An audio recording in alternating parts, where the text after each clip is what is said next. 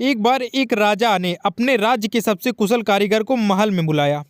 राजा कारीगर की कला से बहुत प्रभावित था। उसने कारीगर को दरबार में बुलाया और कहा, तुम हमारे लिए राज्य का सबसे सुंदर महल बनाओ। हमारे पास धन की कोई कमी नहीं है, तुम जितना धन मांगोगे उतना तुम्हें मिलेगा। कारीगर कुशल तो था, लेकिन उसे अपनी कला का घमंड आ चुका था। सब जगह से अपने काम की तारीफ सुनकर अब उसके मन में कामचोरी और आलस की प्रवृत्ति आ चुकी थी। खैर, कारीगर महाराजा की आज्ञा पाकर अपने काम में जुट गया, लेकिन थोड़े ही दिन बाद उसके मन में विचार उठा, क्यों ना रद्दी घटिया किस्म का माल लगाकर जल्दी से जल्दी महल का काम समाप्त करके मोटा मुनाफा कमा लिया जाए। और उसने यही किया। कारीगर ने घटिया किस्म का माल लगाकर महल की भुरभुरी दीवारों को कड़ी कर दी। कारीगर ने बाहर से महल को सुंदर सज्जा सज्ज से चमका दिया, लेकिन अंदर से महल में कच्चा माल लगा था। थोड़े ही दिन में आकर्षक सुंदरता वाला सोने सी चमक दमक वाला सुंदर सा महल तैयार हो गया। महल खड़ा करने के बाद कारीगर राजा के सेवा में पहुंचा और राजा को महल के बनने की सूचना दी। राजा अगले ही दिन महल का निरीक्षण करने के लिए पहुंचे।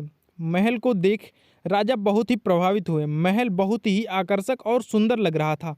राजा ने कारीगर की बहुत प्रशंसा की और कहा, मैं तुम्हारी कुशलता से प्रभावित हूँ। इतने सुंदर महल के निर्माण के लिए तुम्हें जो भी इनाम दिया जाए वो कम है। मैं सोच रहा हूँ इस अद्भुत कार्य के लिए तुम्हें क्या इनाम दिया जाए।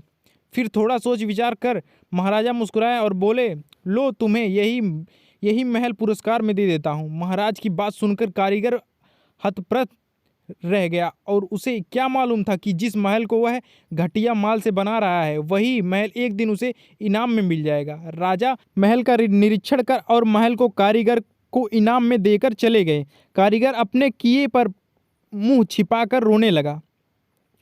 इनाम के लालच में कारीगर का बना बनाया खोखला महल उसी के हाथ चढ़ गया।